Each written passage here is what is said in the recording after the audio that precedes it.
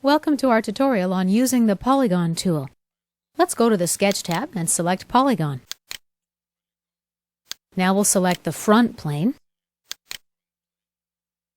and we'll take a normal 2 view. By the way, we're of course in sketch editing mode. And if you don't see the confirmation corner, open the Tools menu, select Options, and check Enable Confirmation Corner. Let's cancel out of this for now. If you still don't see the confirmation corner, you may have a video card issue. I recommend that you change the color quality on your video card from 16-bit to 32-bit, and this should solve your problem. The same applies if you don't see this hanging menu at the top of the graphic area.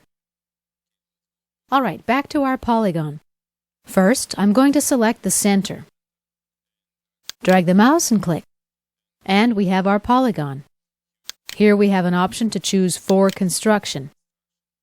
Below, we can set the number of sides. Let me set 6. Inscribed or circumscribed circles let us create construction circles inside and outside the polygon, respectively. Next, we can input the coordinates of the center of the polygon. Construction circle dimension, angle, angle of rotation, new polygon. This button allows us to create another polygon. Let's Ctrl-Z to undo that. To edit your polygon, right-click on it and select Edit Polygon.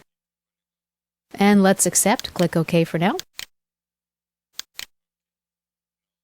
Now let's apply dimensions and define. First, we'll apply dimensions to our construction circle. Click OK. Next, select one of the lines. Let's add a vertical relation.